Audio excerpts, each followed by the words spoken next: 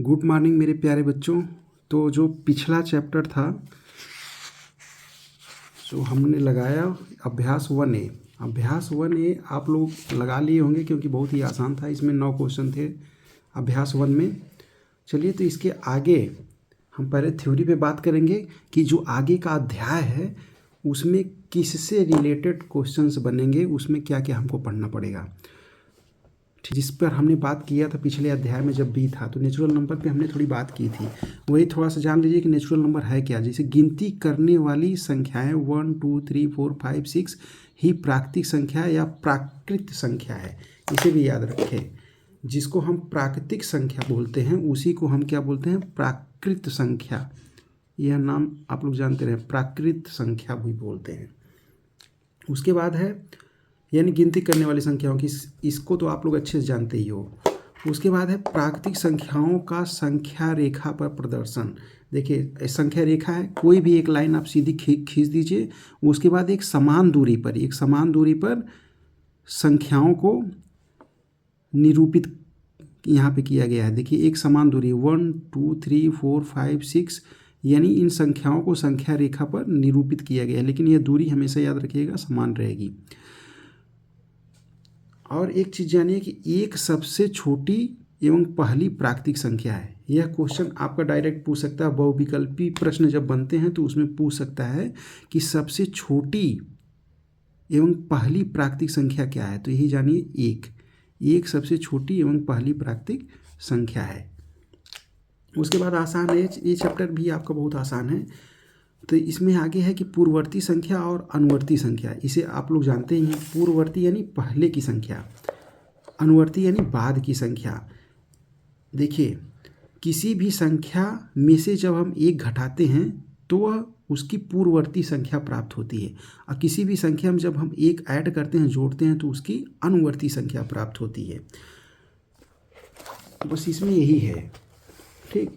इसको आप लोग पढ़ लीजिएगा, और इसमें है नहीं कुछ।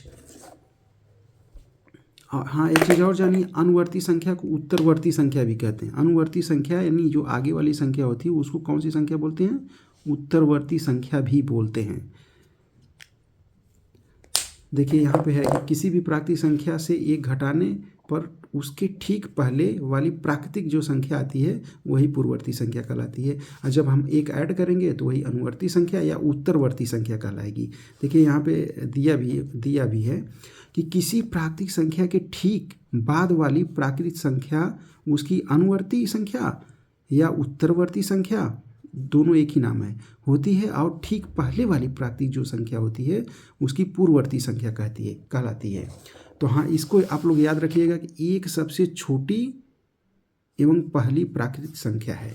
इसके बाद देखते हैं क्या है चैप्टर में। यहाँ इसको हाँ जो ये दिया रहता है ना, इसको ध्यान से पढ़ा करिए, क्योंकि इसमें से भी बहुविकल्पी प्रश्न निकल के बाहर आते हैं एग्जाम में। देखिए संख्या रेखा पर प्रत्येक प्राकृतिक संख्या अपनी बाईं ओर की प्रत्येक प्राकृतिक संख्या से बड़ी होती है।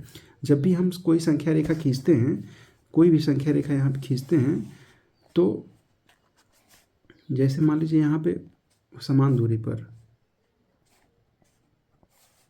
1 2 3 4 5 6 ऐसे आगे बढ़ते जाएंगे। तो यह इसमें संख्या रेखा पर प्रत्येक प्राकृतिक संख्या अपनी बाईं ओर की प्रत्येक प्राकृतिक संख्या से बड़ी होती है। जैसे संख्या रेखा है तो इस पे जो बाईं ओर की प्रत्येक संख्या, जैसे 3 यहाँ पे प्राकृतिक संख्या है तो अपने बाईं ओर की प्राकृतिक संख्या से बड़ी है। तो यहाँ पे बाईं ओर कौन सी संख्या, 2 है, तो 3 जो है 2 से बड़ा है। तो बाईं ओर जितनी भी संख्याएं होंगी संख्या रेखा पर, तो उससे वह क्या होगी, बड़ी होगी। तो वही कह रहा है कि संख्या रेखा पर प्रत्येक प्राकृतिक संख्या अपनी बाईं ओर की प्रत्येक प्राकृतिक संख्या से बड़ी होती है तथा अपनी दाईं ओर की प्रत्येक प्राकृतिक संख्या से छोटी होती है। अब दाईं ओर की प्रत्येक प्राकृतिक संख्या से 2 4 से क्या है, छोटा है कि बड़ा है, छोटा है। 2 3 से क्या है, छोटा है कि बड़ा है, छोटा है। तो बाईं ओर जब रहेगा तो छोटा रहेगा, और जब किसी भी संख्या के दाईं ओर पूछेंगे तो वह बड़ा रहेगा। बस यही बताया है। तो यह इसलिए बता रहा हूँ कि डायरेक्ट क्वेश्चन यहाँ पे बहुविकल्पी बन जाते हैं कभी भी एग्जाम में। अब देखिए पूर्ववर्ती या अनुवर्ती संख्या, अनुवर्ती संख्याओं को उत्तरवर्ती संख्या कहते हैं, ये सब आप लोग पढ़ ही लिए हो। बाकी देखिए यहाँ पे हाँ, प्राकृतिक संख्या पूर्ववर्ती अनुवर्ती संख्या ज्ञात करना है। तो यहाँ पे सिर्फ एक चीज़ यह देखना है कि क्या एक की पूर्ववर्ती या प्राकृतिक संख्या कोई संख्या होगी।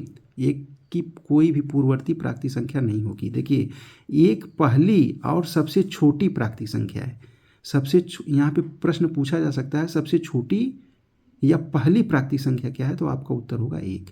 इसमें काफ़ी कन्फ्यूजिंग हो जाता है लोगों को, तो इसको आप ध्यान से पढ़ोगे मेरे प्यारे बच्चों। तो एक की कोई पूर्ववर्ती प्राकृतिक संख्या नहीं होती है। बहुविकल्पी प्रश्न में आ सकता है हाँ या नहीं में कि एक की कोई पूर्ववर्ती प्राकृतिक संख्या होती है या नहीं होती है, तो आप बताओगे नहीं होती है। बाकी सब आसान है। एक किसी भी प्राकृतिक संख्या की अनुवर्ती प्राकृतिक संख्या नहीं है। अनुवर्ती यानी आगे की प्राकृतिक संख्या। क्यों? क्योंकि एक में से अगर हम एक घटाएंगे क्या आ जाएगा, जीरो आ जाएगा। तो जीरो प्राकृतिक संख्या नहीं है। तो यह इसीलिए कह रहा है कि एक किसी भी प्राकृतिक संख्या की अनुवर्ती प्राकृतिक संख्या नहीं है। इसको इसलिए हम थोड़ा सा हाईलाइटेड कर देते हैं ताकि यह जब डायरेक्ट ट्रू या फॉल्स में अगर यह क्वेश्चन आए तो आपको यह पता रहे। तो जैसे आप पहला उदाहरण देख लिए, 3 अंकों की सबसे छोटी प्राकृतिक संख्या लिखिए, इसकी पूर्ववर्ती प्राकृतिक संख्या ज्ञात कीजिए। तो 3 अंकों की सबसे छोटी प्राकृतिक संख्या 100 होती है और 100 की पूर्ववर्ती संख्या 100 में से 1 घटा दीजिए, 99 आ गया। तो बहुत आसान है जितने भी उदाहरण हैं। तो चलिए हम अभ्यास प्रश्न पे चलते हैं। अब क्या चलेंगे, अभ्यास प्रश्न कर लेते हैं। जितने भी हैं जो हार्ड क्वेश्चंस होंगे, थोड़ा कठिन क्वेश्चंस होंगे, उस पर बात चर्चा करेंगे। बाकी आप लोग तो लगा लोगे। यह चैप्टर बहुत आसान है, यह जो चैप्टर है बहुत आसान है। इसके बाद धीरे धीरे पढ़ेंगे, थोड़ा फास्ट पढ़ेंगे तो सही रहेगा, थोड़ा तेज़ी से लगाएं।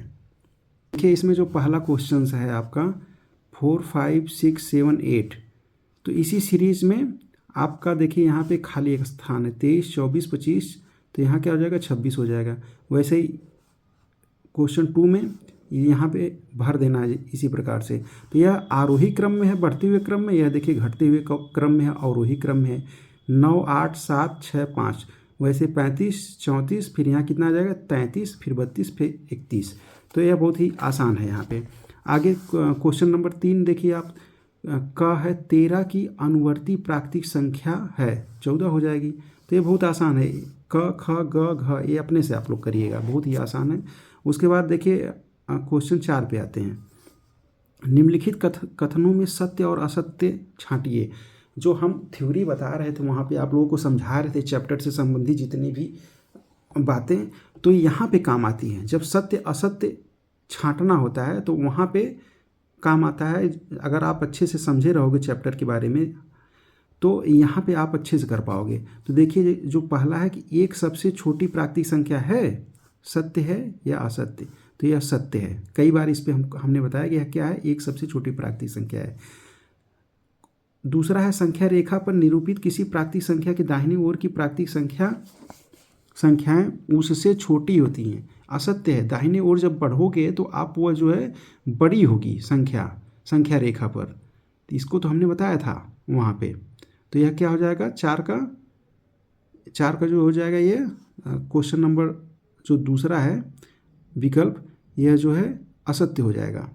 ठीक, उसके बाद है 101 से बड़ी क्रमागत संख्याएं 102, 103, 104 हैं। जी हाँ, बिल्कुल हैं। क्रमागत यानी क्रम से आई भी हुई हैं और उसके बाद 101 से सब बड़ी भी हैं, 102, 103, 104। वैसे आगे है 23 एक प्राकृतिक संख्या है, बिल्कुल है, यह भी सत्य है, यह भी सत्य है, तीसरा भी सत्य है, चौथा भी सत्य है। पांचवा, प्राकृतिक संख्याओं में कोई संख्या सबसे बड़ी नहीं होती है, बिल्कुल सही, यह भी सत्य है। प्राकृतिक संख्या में कोई भी सबसे बड़ी संख्या नहीं होगी क्योंकि उसकी अनुवर्ती संख्या मिलती जाएगी, एक हम जोड़ते जाएंगे, तो यह सत्य है। पांचवा, प्राकृतिक संख्या में कोई संख्या सबसे बड़ी नहीं होती है। उसके बाद देखिए 5वां क्वेश्चन आसान है, आप लोग इसको कर लीजिएगा। 9999 की अनुवर्ती संख्या ज्ञात करना है, तो इसमें एक ऐड करके आप निकाल लेना। फिर क्वेश्चन 6 है यहाँ पे, देखिए इकाई, दहाई, सैकड़ा, हज़ार, 10,000, लाख, 1,01,000 की पूर्ववर्ती संख्या, तो इसमें से एक माइनस कर दीजिएगा, घटा दीजिएगा, पूर्ववर्ती संख्या प्राप्त हो जाएगी। आगे है संख्या रेखा खींचिए, उस पर 9 तक की प्राकृतिक संख्याएं प्रदर्शित कीजिए। तो संख्या रेखा पर इसको हमने अच्छे से समझाया, पीछे आप लोग जाके देख लीजिएगा, कुछ करना नहीं है। संख्या रेखा खींचिएगा, समान दूरी पर लेके 1 से 9 तक संख्याएं लिख दीजिएगा, हो गया। उसके बाद जो है क्वेश्चन 8 देखते हैं। 4 अंकों की छोटी से छोटी प्राकृतिक संख्या लिखिए, इसकी पूर्ववर्ती प्राकृतिक संख्या ज्ञात कीजिए। यह भी बहुत आसान है। 4 अंकों की सबसे छोटी प्राकृतिक संख्या कौन सी हो जाएगी? 1000 हो जाएगी। उसकी पूर्ववर्ती संख्या 1000 में से 1 माइनस कर दीजिएगा, आप लोग आंसर आ जाएगा। क्वेश्चन 9 है। 6 अंकों की बड़ी से बड़ी प्राकृतिक संख्या लिखकर इसकी अनुवर्ती प्राकृतिक संख्या ज्ञात कीजिए। तो यह भी आसान है। 6 अंकों की सबसे बड़ी से बड़ी प्राकृतिक संख्या लिखना है, तो 6 अंक की सबसे बड़ी प्राकृतिक संख्या कौन सी हो जाएगी? 6 आप 9 लिख दीजिए। 1 2 3 4 5 6 6 9 हो गए। 1 2 3 4 5 6। तो इसमें कह रहा है कि 6 अंकों की सबसे बड़ी प्राकृतिक संख्या हो गई, उसकी अनुवर्ती प्राकृतिक संख्या। तो इसमें आप एक क्या करो, जोड़ दो। ठीक, यहाँ हो जाएगा 0 0 0 0 0, इकाई, दहाई, सैकड़ा, हजार, 10,000, लाख, 10 लाख। ठीक, यही हो गई इसकी, क्या हो गई, अनुवर्ती संख्या हो गई। यही आंसर हो गया। ऐसे करके आप लोग निकाल लेना। तो यह चैप्टर मेरे प्यारे बच्चों बहुत ही आसान था। इसको आप लोग कॉपी में अच्छे से लगा लेंगे, एक एक क्वेश्चन करके लगाते जाएंगे, क्योंकि आपका रिवीजन भी हो रहा है। जानते रहें। यहाँ से गणित सार किसकी पुस्तक है? श्रीधराचार्य जी की पुस्तक है।